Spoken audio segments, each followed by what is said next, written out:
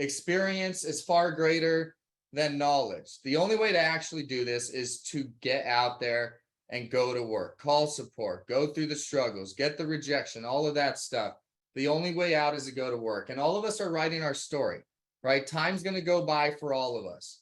From the beginning that I got into this business, it was such a freaking no-brainer. It was just a math equation. I'm like, if I can get results, time's going to go by and I'm going to have this awesome life because I'm going to travel. I'm going to have time freedom. I'm going to have money freedom. I'm going to have financial freedom. I'm going to have time with my family and my kids and all of this stuff. But I was at a place I was fucking broke. I know some of you guys are fucking broke. You're not where you want to be, but you get where you can be if you succeed in this business. And the only way to get there is by starting and getting to work. Okay. And the reason why I'm so intense about this, the reason why I'm so passionate about this business is because I've gone through it. I've gone through it a couple of times, actually. So I want to just share a real quick story. Okay. This was a couple of days after my wife had moved up from Mexico. She's pregnant right here. The day I picked her up from the airport from another country, we were living in Daytona at the time. We went and picked up our dog, right? We still have our dog, Ginger, right? Our first kid. We picked up a dog. She's 6 months pregnant. She's up from Mexico, just moved up from a new country, and she comes to Daytona. And what happened was I decided to go branch off. I didn't have lifetime residuals. I didn't have a good contract and an agreement in place. I wasn't working with the right company, but I had been with them for 3.5 years. So in this picture, I was making, I would guess probably $6,000 or $7,000 in residual income. Took me 3.5 years. I could do that in one road trip now with cash discounting, but that's a lot. That's residual income. 6,000 or 7,000. We're good, right? I decided to go branch off and I was going to start my own thing. I lost my residual income.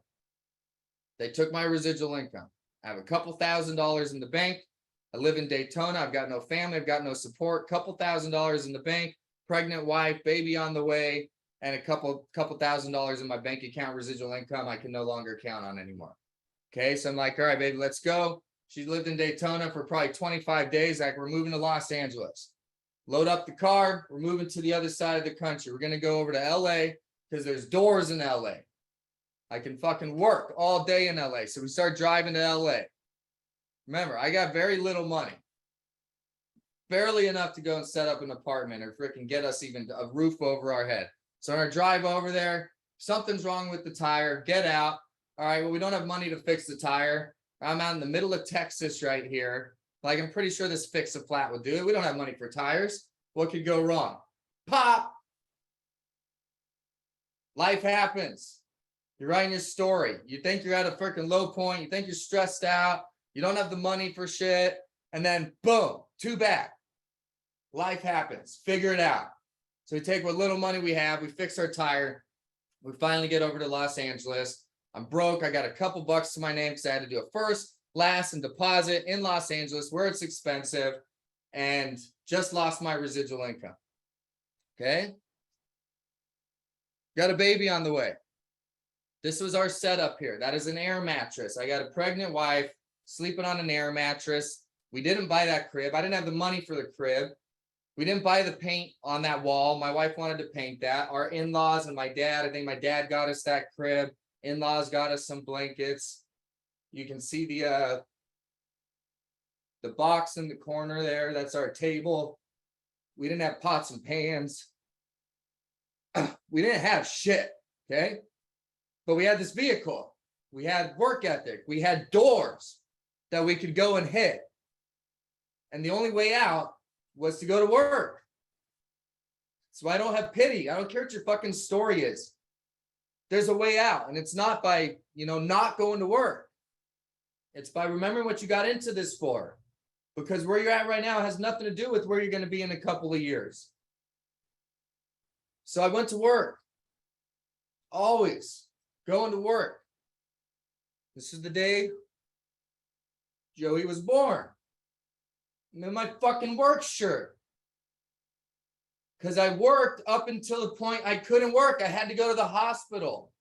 I'm out working. I'm out rebuilding the residuals that were just taken. If you've been on these stories, I've told you, wife totally stressed out. Baby on the way. She was actually on bed rest, probably because of stress.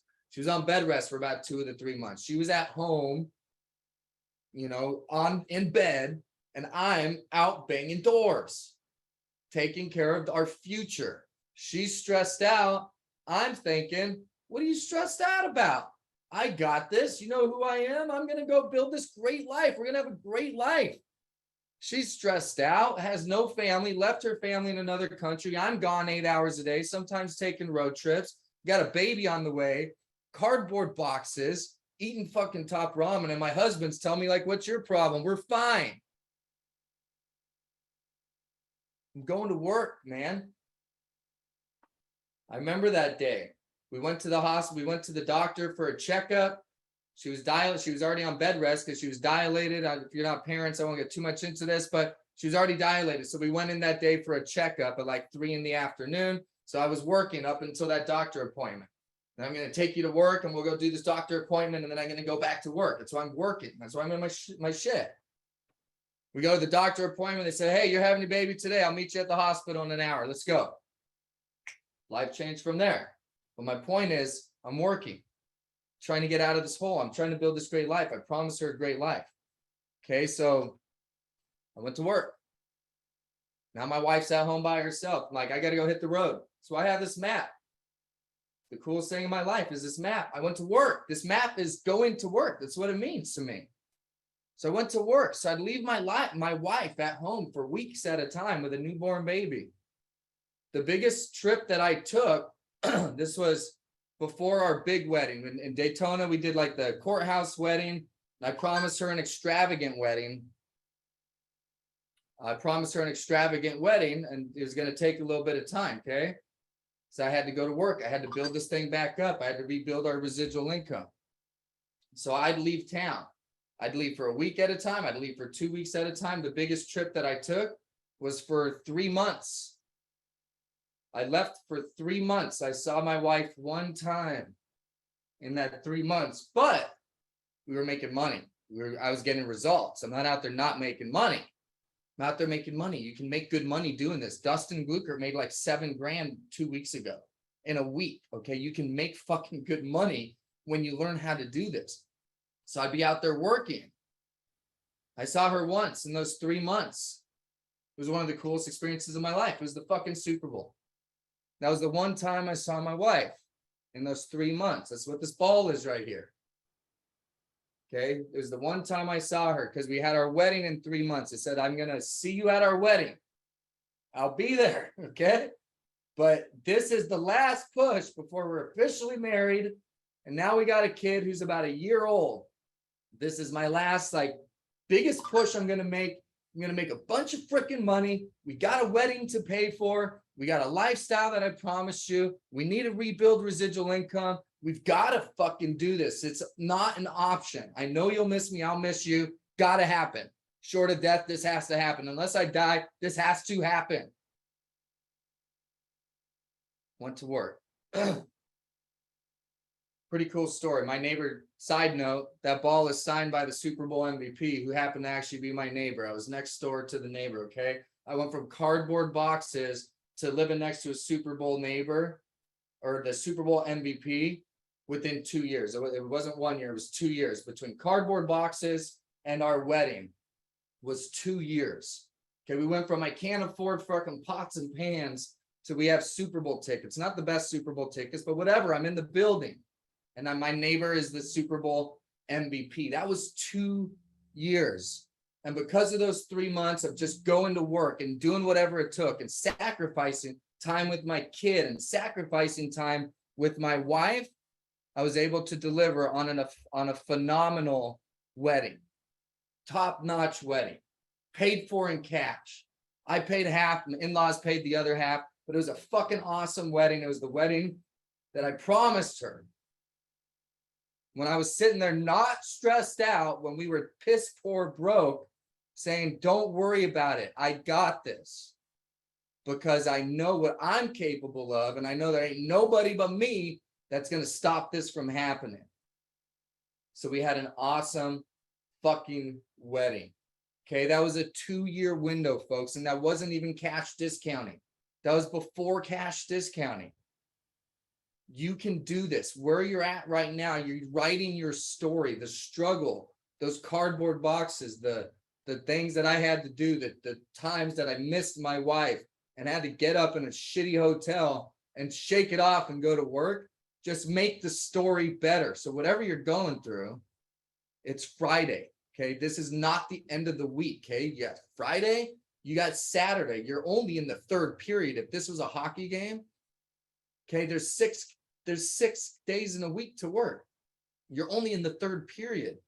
Okay, finish strong. Write your story. When you look back, what is the story going to tell? Because at the end of the day, those right there will change your fucking life. Those just apps. That's 1 week in the field. That's what I would go on the field for.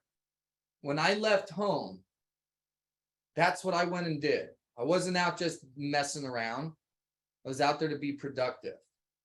And those little pieces of paper and voided checks right there have created a hell of a life for so many people, not just in Easy Pay, but as the industry as a whole. If you can learn how to go out there and get those pieces of paper right there, it's just a matter of time until you have your life and your story and your beautiful family or whatever your dream life is. That's why on the testimonial calls, I ask people, what are you going to do? What does your life look like?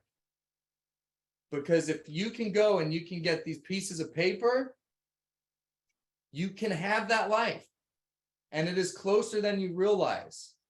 We have cardboard boxes to Super Bowls and phenomenal weddings in a 2-year span. So where you are now is not where you will be in 2 years. They are in completely different worlds, unless you slack, unless you treat this like a hobby, or unless you quit. And that's my lesson for you guys. That's a small snippet of the story of where I came from and why I'm so passionate about this business and why I don't really care what people's excuses are. I don't care if it's hard. Been there, done that. I'm not going to encourage it and buy into it to the point where it stops you. You should be using that as fuel to go and create your dream life. I hope that story resonates with you. You can change your life in this business, and some of you absolutely will. Give us a call, call us with merchants, go get some of those pieces of paper, change your fucking life. See you at the top, guys. Have a good one. I want to help you change your life. See you at the top.